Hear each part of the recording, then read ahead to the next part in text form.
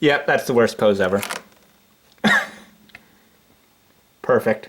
Hello everyone, welcome to Channel 2S. I'm your host, Second Soundwave, and today we're looking at the completed real grade Build Strike Gundam. Now, I've built the Master Grade, I love the Master Grade, so when I saw there was a real grade, I was pretty excited because I've always been a fan of the 1/144 scale over the 1/100 scale, and I was really not satisfied with the high grade Build Strike, so I saw this and I thought, yes, finally, this is the Build Strike for me. And was it? Well, I'm going to get into that later. First, I'm going to get the quick, easy, basic stuff out of the way. So when it comes to visuals, this kit's pretty great. It's got a lot of detail running all down the body, and it's actually a really good representation of the Build Strike Gundam. Even if we come around here to the back, we can see more of that lovely real grade detail, as well as the multi-shade armor that the line is so well known for. In general, though, this kit just looks great.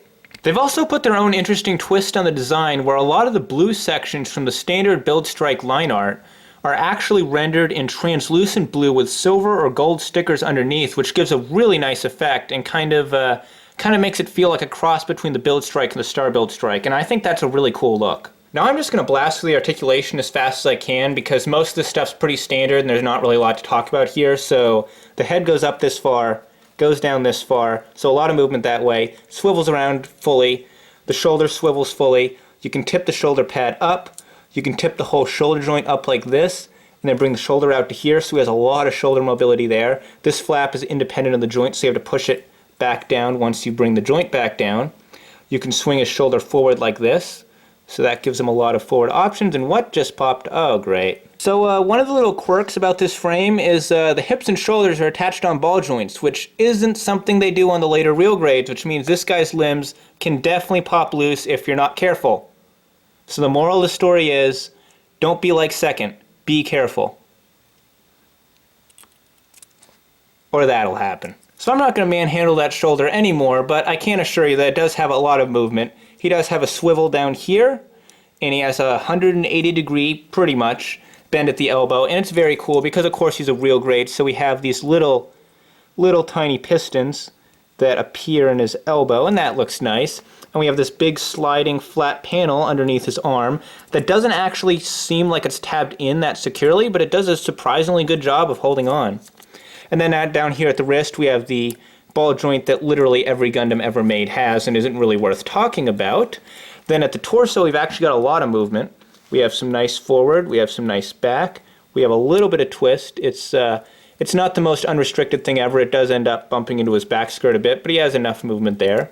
We have a good, nice, big old, generous side-to-side maneuverability here. We got side skirts that come out to here. They're kind of on ball joints, but you can't really swing them forward and back that much, so they basically just come out.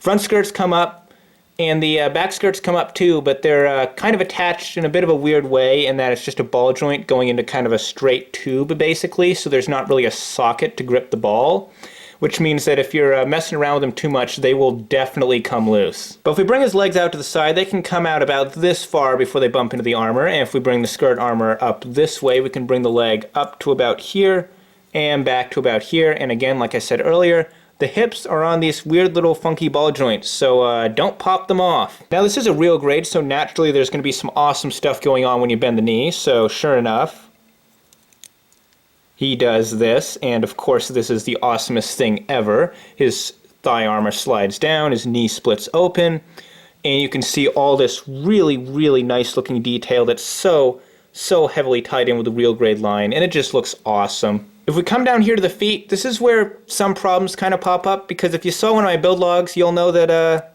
this happened. And that was actually not a standalone occurrence, because I've had that happen a good 5 or 6 or 7 times since then, and it's kind of getting annoying, but that is technically a point of articulation. You can swivel down here, you can actually swivel all the way around if you so desire. He has one last bit of shifting armor in that if you take the whole joint section here, slide it back like this without breaking anything. If you look at those two little notches there, you can see that this piece is now higher than this piece, and if I slide it the other way, you can see they've kind of swapped positions, so now this one's low and this one's high. Pretty cool. Now the foot itself can also tip down to about here, and then up to about here. It's got a side-to-side tilt that goes to about there, not a whole lot, but still pretty good.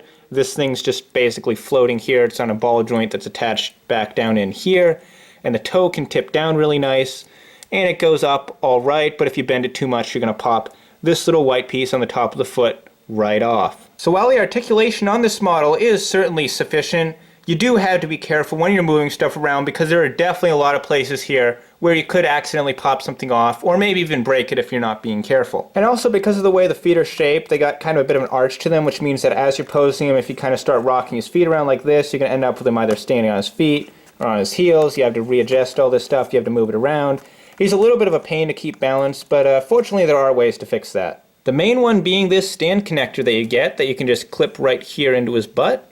And you have two different holes here. You got a big square hole, so you can stick this right on top of an action base too, and then you have a little round hole, so if you have another sort of pack-in style action base, like this one here that came with the Psycho Zaku, you just stick him on here, you set him on the ground, and now he can of course balance so much better. So one thing I've noticed with these side skirts that's kind of annoying is that there's kind of a lot of crap underneath them here, which means that you can't really push them down flat as much as I'd like. Like this is about as close as you can get, and you know, they're kind of on like this free-floating piece between the torso and the waist, so I'd imagine if I pushed the waist down a little or tipped it around, that would definitely affect the ability of them to sit flat. And hey, look what just fell off. So since I've already broken into the accessories of this kit, we might as well talk about some hands. So he has two basic sets of hands. He has the fists that you've seen on him so far, and then he has the standard real grade hands. Now these are older real grade hands. They have all the same mobility you'd expect from the newer ones. They have the mid finger bend, they have the knuckle bend,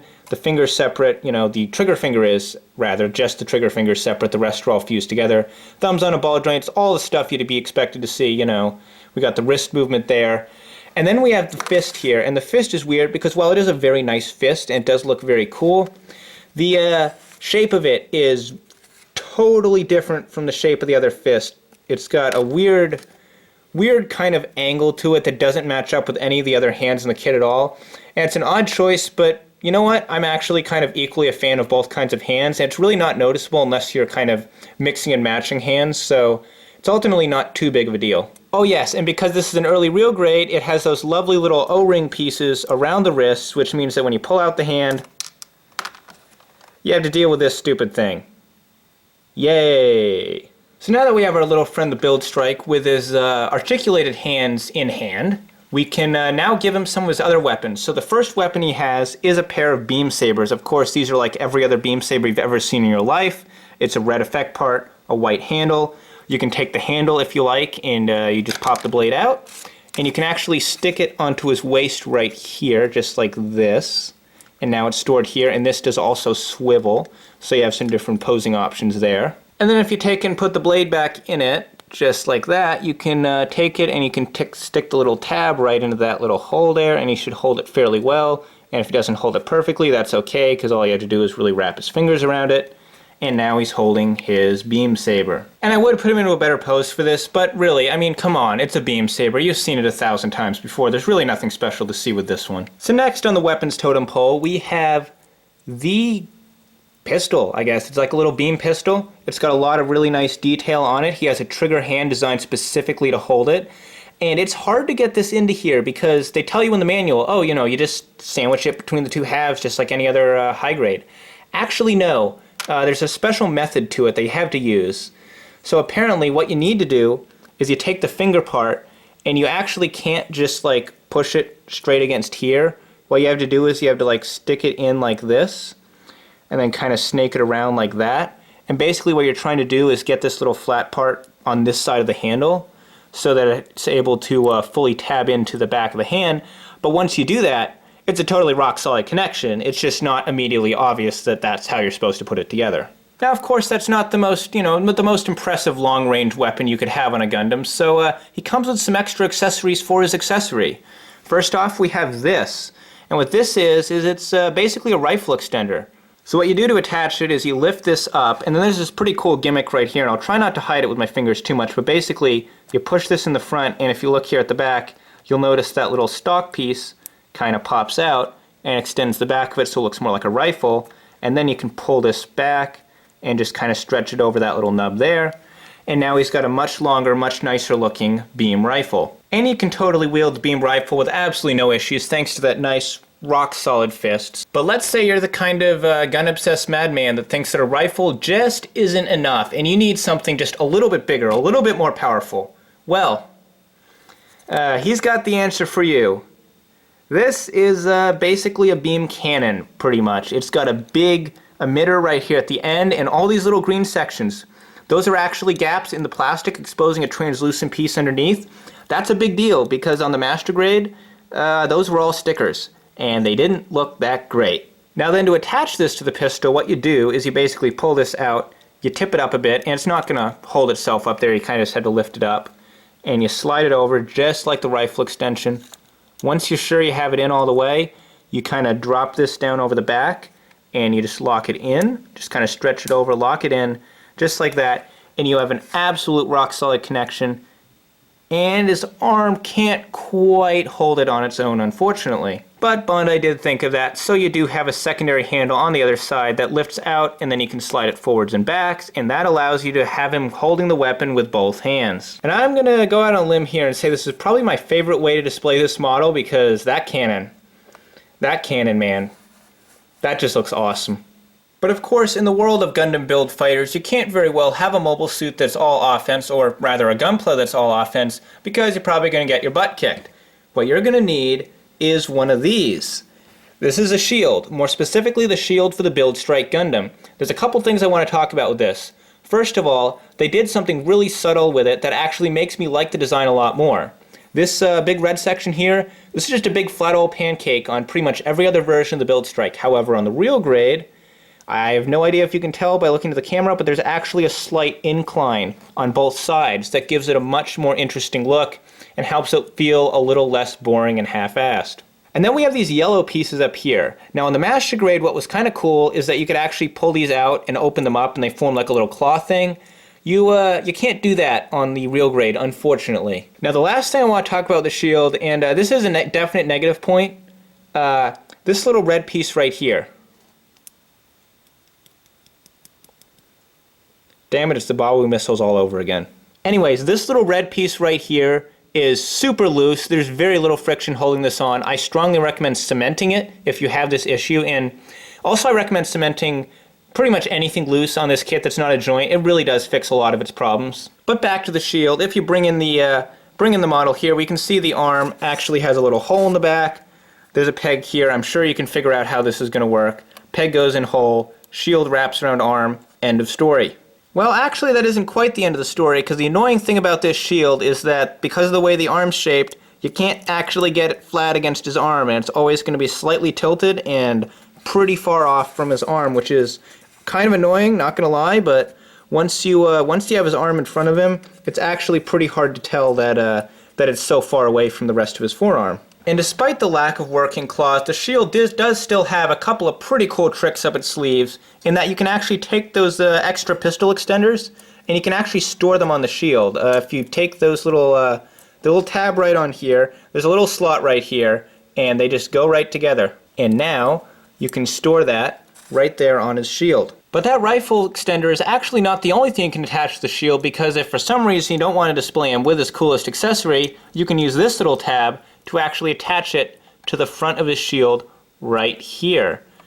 And does it weigh down his arm? Yeah, as you can see, the shield connector has a lot of trouble holding this up. In fact, it can barely hold it up at all. But if you have it in a less gravity-heavy pose, like, say, this, he actually holds it pretty nicely. And there's actually one more final thing I want to talk about with this shield, and that is this little nozzle right here. Now, if you're familiar with the Star Build Strike, you'll know that this is one of those pieces that you actually have to remove to build the Star Build Strike. Well, you'll be happy to hear that on the runners for this model, the pieces that make up this, as well as a few other parts of the kit, are actually isolated on the runners in such a way that they could be very easily removed from the kit if Bandai were to release a Star Build Strike. And here we have one final accessory that I completely forgot about earlier in the video. I'm going to just throw this in somewhere. This is the little pilot figure you get, or rather builder figure, since this is Sei Iori. And what's that in his hand? I think that might very well be a true 1/144 scale Build Strike Gundam. That's tiny.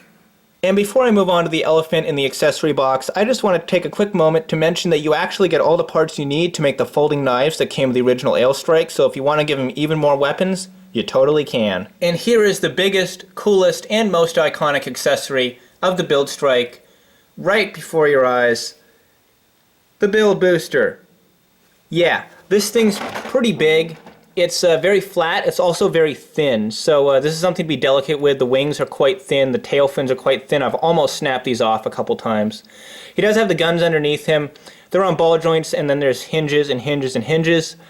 And that's one of the problems I have with this, because on the Master Grade, these were all ball joints, so you had a lot of mobility here, and that's going to come into play when you get this on the guy's back. But when these are all hinges, you don't have quite so many options. But speaking of options, you can actually take these two slots right here and plug that same stand connector into it. So if you want to have this guy on a stand, on just chilling out on his own, you totally can. Also, in a gimmick that is unique to the real grade, you can actually collapse and then extend these little thrusters here. So it's a really subtle little thing, but hey, that's what real grades are about, little subtle things. I'm also going to say right now that you should definitely be careful with the wings on this, because as you can see, there are tiny little stress areas starting to form on the corners of the hinge right here, so just be careful with it and you should be okay. But we all know what the Build Booster is really for, and that is combining with the Build Strike. So to start that combination process, first thing you want to do is take the wings and this whole kind of wing engine structure you want to just swing up like this.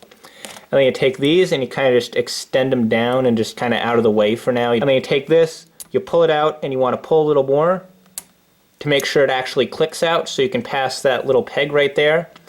And then that peg is what you're going to use to attach this to the back of the Build Strike.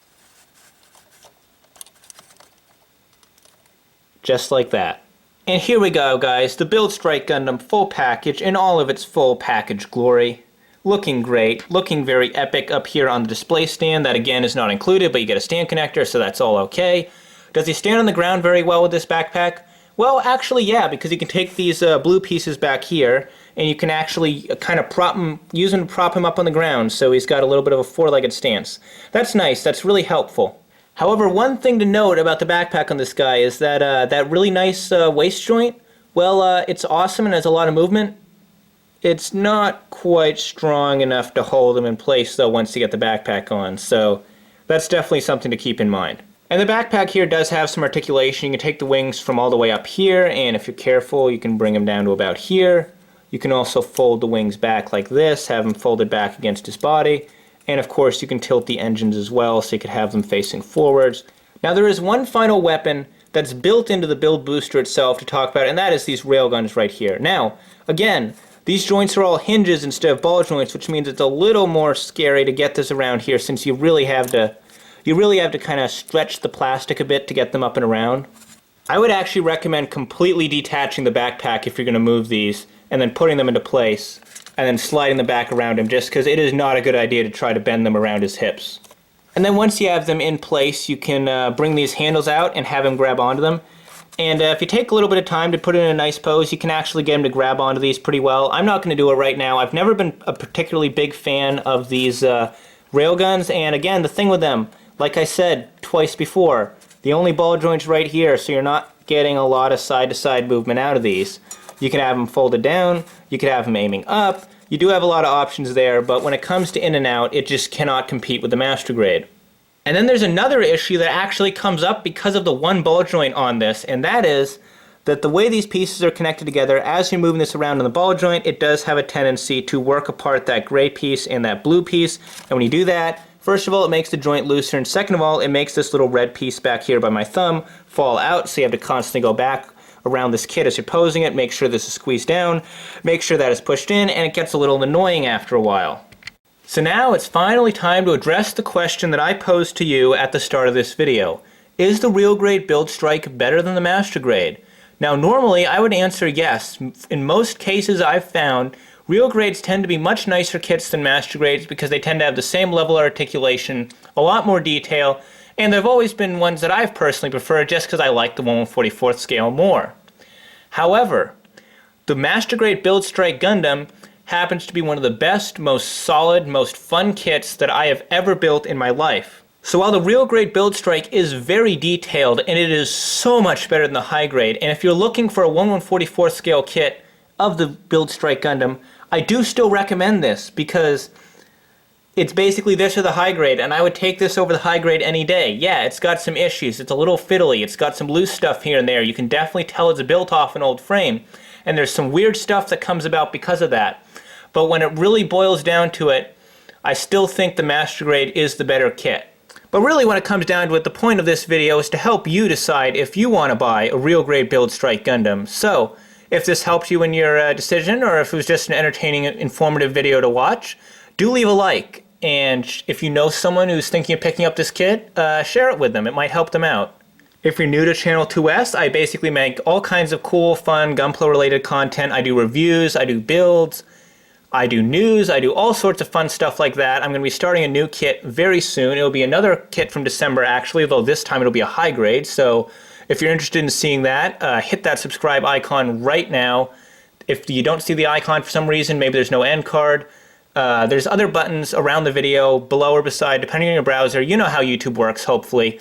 And there should be little thumbnails popping up all around here, so you can go click those, check out some of my other content, just have fun. I'm Second Soundwave, and I will see you guys next time.